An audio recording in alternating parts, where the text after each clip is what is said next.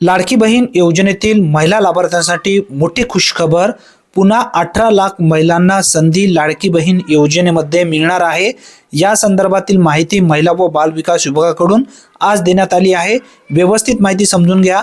मुख्यमंत्री माझी लाडकी बहीण योजनेअंतर्गत ई-केवायसी करताना नजर चुकीने चुकीचा पर्याय निवडल्याने ज्या लाभार्थ्यांना योजनेचा लाभ मिळालेला नाही त्यांना ई-केवायसी दुरुस्त करण्यासाठी पुन्हा संधी देण्यात आलेली आहे।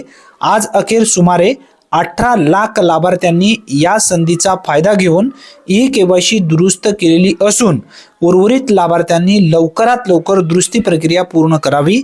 दुरुस्त करण्याकरिताची शेवटची मुदत 31 मार्च 2026 पर्यंत ठेवण्यात आली आहे। दुरुस्ती करण्याकरिता ladkibaheen.maharashtra.gov.in या लिंकवर भेट द्यावे व दुरुस्तीची प्रक्रिया पूर्ण करावी। याचा व्हिडिओ जर पूर्ण माहितीचा पाहिजे असेल तर या व्हिडिओच्या शेवटी मी लावेन, तो व्हिडिओ पाहून तुम्ही नक्की ई-केवायसी करू शकता। आता 6 दिवसापूर्वी जी माहिती देण्यात आली आहे ती माहिती आपण समजून घेऊया। हे 2 सारखेच बॅनर आहेत महिला व बाल विकास विभागाकडून देण्यात आलेले। यामध्ये माहिती पहा।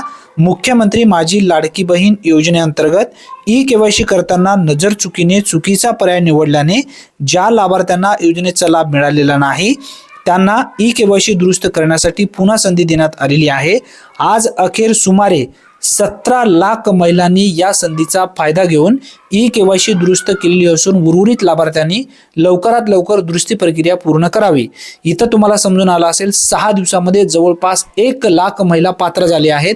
असे एकूण 8 लाख महिला विनाकारण अपात्र झाले होते ई-केवायसी मुळे। अशा महिला परत आता पात्र होणार आहेत अशी माहिती महिला व बाल विकास विभागांच्या माध्यमातून देण्यात आलेली आहे। जर तुम्ही आतापर्यंत ई-केवायसी दुरुस्त केली नसेल, जर तुमची ई-केवायसी चुकीची झाली असेल तर लवकरात लवकर ई-केवायसी करून घ्या। जो चुकीचा पर्याय निवडला गेल्यामुळे तुम्ही अपात्र झाला आहात, जर दुरुस्त केलात 31 मार्च पर्यंत तर कन्फर्म तुम्हाला परत हे पैसे मिळणे सुरू होईल। ही एक महत्त्वपूर्ण माहिती असल्यामुळे जास्तीत जास्त महिलांपर्यंत नक्की हा व्हिडिओ शेअर करा।